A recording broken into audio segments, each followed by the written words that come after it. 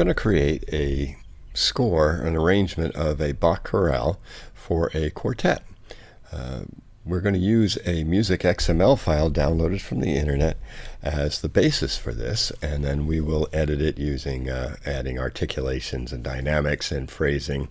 And we'll also go ahead and condense it down so that by using repeats, so that we don't have to have more than one page for this score.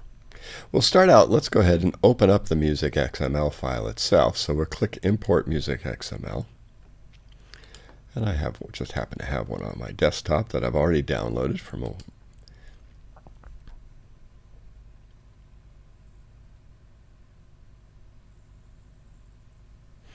All right, so now as you can see, this is arranged for voice, and I want to do it for a woodwind quartet. So we're going to go ahead and create the woodwind quartet score first. So let's go up to the File menu and grab the Launch window, and then we'll go to the Setup Wizard. And I'd like to create a woodwind quartet. Now, if I look through the templates here, you'd think that there might be one, but in fact there's not. So the closest we have is either a trio or a quintet. We can do either one. Let's go ahead and just grab the quintet. Remember to send by paper to A4 here. All right, so now I have one too many instruments. Let's go ahead and just remove the horn. And since I might be writing for woodwind quartet a lot, I might want to save this as a new ensemble, and so we'll just change its name to, and that way it's available to me anytime I need it. All right, we'll just call this chorale. And then we are the arranger, not the composer. And we'll go ahead and use a copyright on this one now, because this is our arrangement. Okay, now we can see that this is in the key of, let's see, is it in the key of F or in the key of D minor? It appears to be in D minor, I would say. So let's go ahead and change that to D minor. And there is a pickup measure, so let's go ahead and make sure we add that in there. And then this has a total of, let's see, this looks like 16 measures, so let's go ahead and just call it 16 measures for the time being. It'll end up being a little shorter when we use our repeats.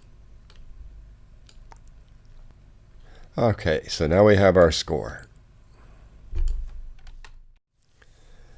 Our next step then is to copy the music from the XML file directly into the chorale, into our arrangement score. So I'm going to select all of the music. Now there's a couple of ways we could do that. One way is to just simply drag a box around all of it, and since this is short, that's pretty easy. But if you need to select an entire line, if you just click right before the staff, you'll get an entire line. And if you want the entire score, double click, and you get the entire score. So if you have a very long passage that you want to copy, that would be a much more effective way to do it. Okay, we'll use our shortcut Command C, and then our shortcut Command V, and now we have it all pasted in. We're done with our XML file, so I've gone ahead and closed that. So now we have our score here. Let's go ahead and do some formatting first. First, let's get rid of this extra measure that's there. So I'll double click there and delete it. All right, and then what I want to do is I want to do a first and second ending here.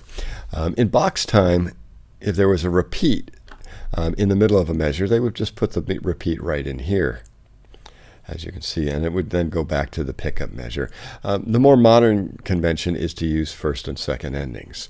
And then to do that. So first thing we need to do is we need to identify which measures are actually being repeated. And you can see that this measure and this measure and this measure and this measure are all identical. So we need to just get rid of those three first.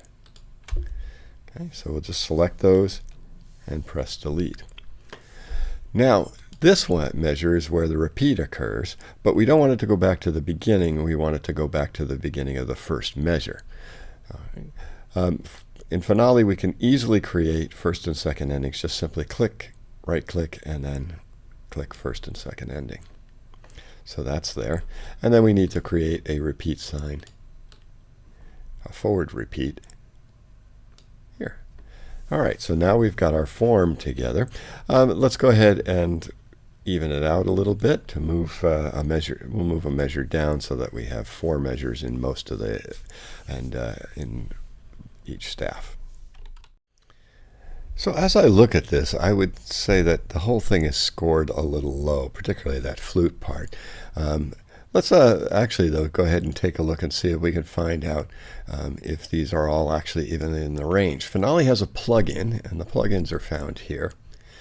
Right? And for scoring and arranging, you can select Check Range. Move that out of the way. All right, and so that you can select an oboe, and then you can decide is this for a beginner, an intermediate, or advanced. Let's say intermediate, and then we'll go ahead and check the range. And now we'll find out that, yes, there are some notes out of range. So that kind of suggests some things to us. We could just simply try to fix some of those, but rather than fixing them, I think maybe it would be better if we just got everything up into a better range. So how about if we take a listen? We'll go ahead and select all of this, and let's change our key. Okay, we're in D minor right now. I think if we go up to G minor, it'll have a little better range to it.